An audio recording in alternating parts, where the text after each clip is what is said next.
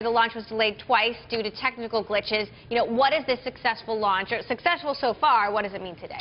Well, it's a big deal. I mean, I think that with this launch, it's an experiment, right? And so this is the first time they're going to try to get to 50,000 miles at the highest orbit for this. It's the first time they're going to try to launch an actual functional satellite. Now, they've got a long ways to go before they get there, but getting off the ground is probably the hardest part of this entire launch. Ashley, what happens now? I mean, what kinds of things are they looking out for? What are they monitoring from the ground?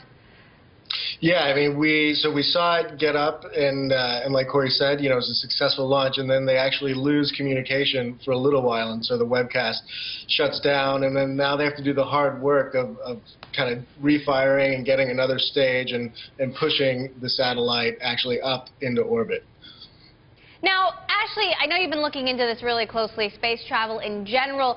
What exactly is Elon Musk trying to do here, and is it more difficult than other space ambitions of years past? Yeah, I mean, this is not commercial tourism like you might see with Virgin Galactic, where they're just going suborbital for a few minutes. I mean, SpaceX is doing proper orbital flights, and so far they've gotten to the space station, and this is going even farther, thousands of miles farther than they've ever been before. And what Elon's trying to do is reduce the cost of commercial space and really challenge entire countries like Europe and Russia, and then to challenge companies like Boeing and Lockheed that have had a lock on this market for a long time.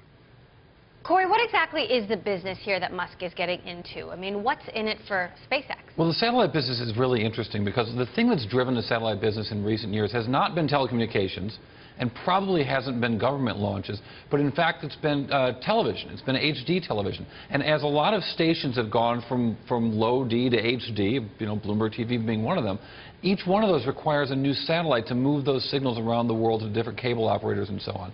So the result is there's been a really big boom in the satellites to broadcast HD. But that's slowing down. And the failures of the adoption rates of 3D TV, the slow adoption rate of ultra-high-def TV, creates some headwind into the business of satellite launches. And there's some questions about the growth rates of that industry going forward. Now, NASA stepping out of the business creates a big hole in the U.S., but nonetheless, the underlying business of putting satellites in the sky is at an interesting point because some of the biggest drivers in recent years, particularly HDTV, are going away. Now, let's talk a little bit about some of the competition out there. Ashley, you mentioned Lockheed Martin. You mentioned some of the other countries. Technologically, what are other parties doing that's different than what SpaceX is doing? Well, you've got a company like Orbital Science. I mean, they're a big competitor to SpaceX, and they're private, just like SpaceX is as well. But they've so far concentrated on smaller launches. And SpaceX, is doing some of that business, but they have the ambition of doing the biggest payloads with their Falcon Heavy rocket. SpaceX is also doing business, to the space station, and they're also the only one that can come back from the space station with a launch vehicle. And then with Lockheed and Boeing, you're basically talking about a lot of military business. And what SpaceX is trying to do right now with the launch today is sort of prove its chops and show that they can do these successful launches and really max out its technology and maybe take over some of those jobs as well. It's interesting talking about Jeff Bezos, who's also very interested in space exploration, this whole idea of drones delivering Amazon packages.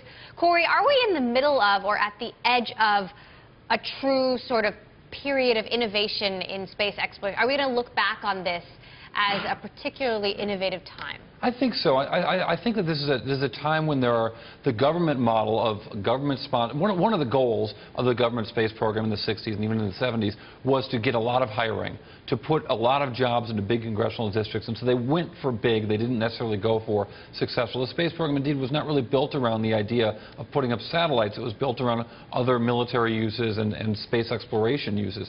And so these smart guys, with an entirely new era of materials, computer science, the opportunity is there to do some things in a very different way. One of the important things about today's launch of this SpaceX flight is that they're trying to use this Merlin 1D engine that SpaceX has designed, and that engine is meant to be mass-produced.